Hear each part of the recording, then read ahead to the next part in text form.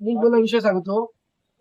ज्या नगराध्यक्ष मॅडम सुट्टीवर गेलाय त्या ऑनलाईन पद्धतीने त्यांची उपस्थिती होती आणि सन्माननीय जे प्रभारी नगराध्यक्ष निरोडेकर हे जागेवर होते. विचारलं एक कोणतरी नगराध्यक्षा समोर आम्ही आमचे विषय मांडू शकतो. दोन्ही नगराध्यक्ष आमची मीटिंग चालू शकत नाही. काहीतरी एक बंद करा, एक तर ऑनलाईन बंद करा, नाही तर निरोडेकर साहेबांना बाजूला राहायचं. अशा पद्धतीने सांगितलं. त्याच्या निरोडेकरांनी लगेच त्यांचं अभिनंदन करतो की जे ऑनलाईन आहे ते बंद करा. त्याप्रमाणे प्रशासनाने ऑनलाईन बंद केले. आता मी अनेक विषय मांडले. इंदिरा गांधी कॉम्प्लेक्सचा विषय मांडला. या प्रकारे 5-5 वर्षाची भारी भरावी लागणार.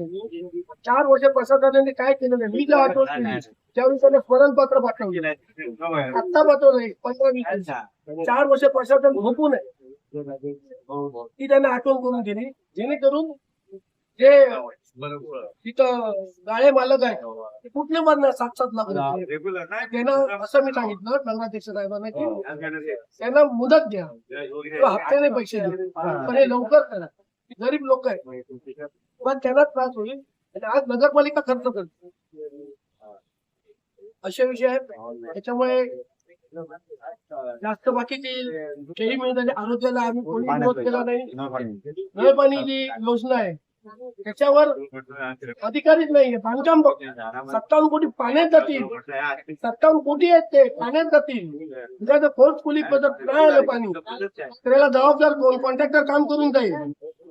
तर एक तज्ञ नेमावा, इंजिनियर नेमावा ज्याला त्याबद्दल माहिती आहे.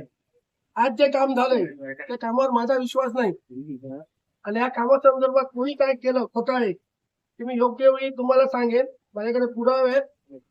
परिस्थिती निर्माण झाली, कुठे कुठे मिटिंग झाल्या आणि काय काय केलं, बांधकाम खात्याकडे कसं काय केलं हे मी दाखवेन. आणि आजपर्यंत मी बोललो ते करून दाखवलेलं आहे हे पण दाखवेन. मुख्याधिकारी पण पूर्ण वेळ नाहीये, ते पण प्रभारी आहेत. आणि तुम्ही म्हणताय की पाणी पुरवठा विभागाला अधिकारीच नाहीये. बांधकाम खात्यामध्ये कुठेतरी भ्रष्टाचार किंवा झाले. गॅस पाईपलाईनचे काम चालू आहे. सगळे लोक धुळ्यात आहेत. कोणतीही प्रशासनाला काळजी नाहीये. भटक्या कुत्र्यांबाबत आपण जी भूमिका आता सध्या ते त्याने मारली त्या भटक्या कुत्र्यांचा विषय गांभीर्याने घेतला पाहिजे. मी स्वतः त्यावेळी माझ्या स्वखर्चाने भटक्या कुत्र्यांसाठी काही गोष्टी केल्या होत्या. आता आम्ही नगरपालिका म्हणून करतोय तो समितीचा विषय आहे, त्या विषयावर बोलणार नाही. भटक्या कुत्र्यांचा रिमोट म्हणण्यापेक्षा जे काय करायला पाहिजे ते केलं पाहिजे जेणेकरून ते कुत्रा चावा घेणार नाहीत कोणाला.